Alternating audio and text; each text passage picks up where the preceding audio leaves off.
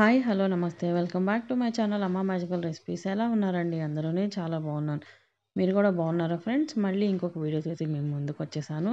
Summer అనేది start అయిపోయింది కదా, మనం ఎప్పుడు ఒకటేలాంటివి ఇడ్లీ దోశ ఇలాంటివి తింటూ ఉంటే బోర్ కొడుతూ ఉంటుంది కదా. పిల్లలు కూడా ఇంట్లోనే ఉంటారు.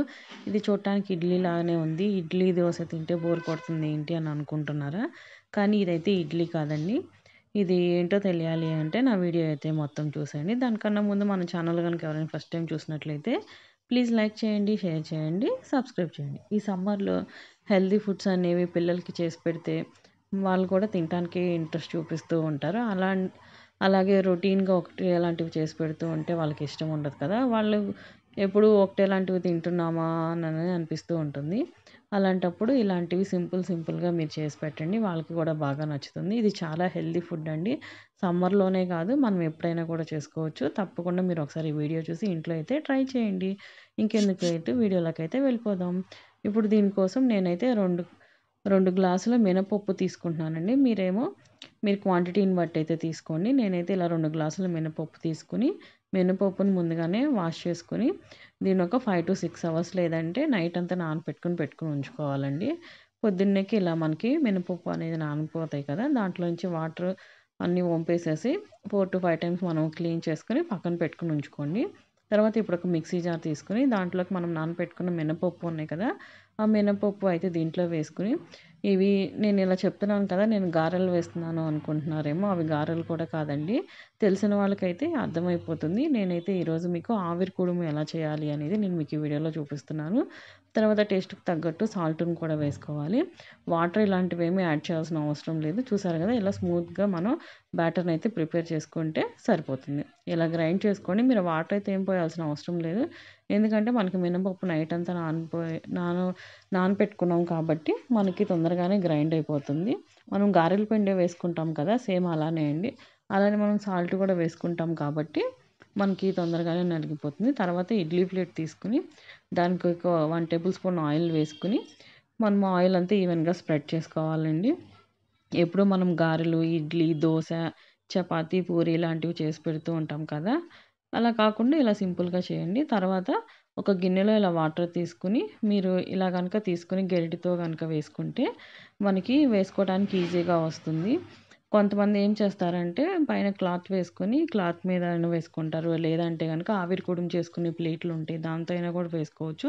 లేదంటే సింపుల్గా మనం ఇలా ఇడ్లీ ప్లేట్లకి కొంచెం ఆయిల్ అప్లై చేసేసుకుని ఇలా మనం వేసుకున్నా కూడా సరిపోతుంది. టేస్ట్ అనేది సేమ్ ఒకటే ఉంటుంది. కాకపోతే అదేమో ప్లేట్‌లో వేసుకుంటే చాలా పెద్దగా ఒకటే వస్తుంది. పిల్లలకి గనక మనము చేసి పెట్టాలి అంటే గనక ఇలా మీరు ఇడ్లీ ప్లేట్‌లో వేసి ఇవ్వండి.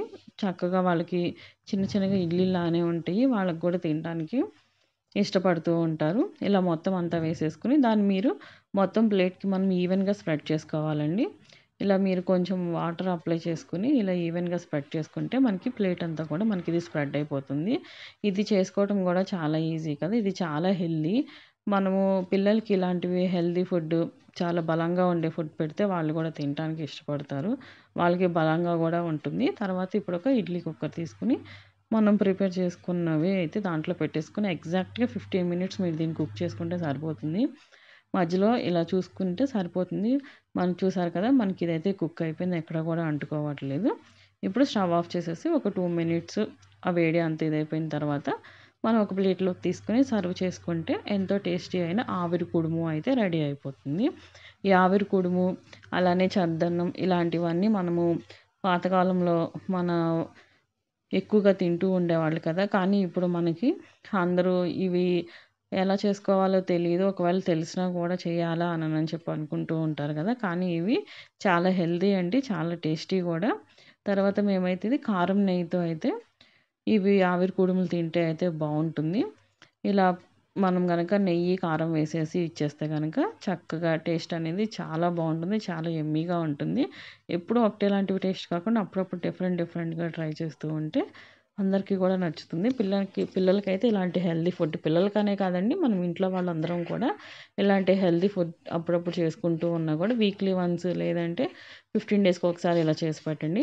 వాళ్ళు కూడా కొంచెం డిఫరెంట్‌గా తిన్నాము అనే ఫీలింగ్ వస్తుంది. లేదు అనుకుంటే గనుక ఇడ్లీలు ఇలా సెపరేట్‌గా తీసుకొని కారం పైన వేసేసుకొని నెయ్యి వేసి ఇచ్చేసినా కూడా సరిపోతుంది. లేదు అంటే గనుక ఒక బౌల్‌లోకి కారం నెయ్యి వేసిచ్చి అలా అయినా కూడా ఎవరు టేస్ట్‌కి తగ్గట్టు వాళ్ళైతే చేసుకుంటే బాగుంటుంది. లేదు అనుకుంటే గనుక ఇలా ఆవిరి కుడుము పైన మనం కారం వేసేసుకొని, నెయ్యి వేసుకొని దీనికి ఆవిరి కుడుముకొచ్చేసి ఎక్కువగా మనకి నెయ్యి, కారమేనండి కాంబినేషన్ అనేది బావుంటుంది.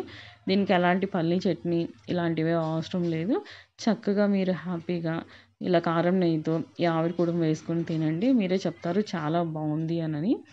ఇలా గనక మీరు చేసి పిల్లలకి పెట్టండి. పొద్దున్నే అనే కాదు సాయంత్రం పూట స్నాక్స్‌లో గానీ, లేదంటే నైట్ డిన్నర్ టైమ్‌లో గానీ, ఇప్పుడు ఆల్మోస్ట్ అందరూ నైట్ టైమ్‌లో మనము పిల్లలేంటంటే ఆడుకొనొచ్చి స్నాక్స్ అది ఏదో ఒకటి తింటూ ఉంటారు కదా! అలాంటప్పుడు మీరు ఇలాంటివి సింపుల్ చేసిస్తూ ఉండండి. వాళ్ళు గూడా తినటానికి ఇష్టపడతారు.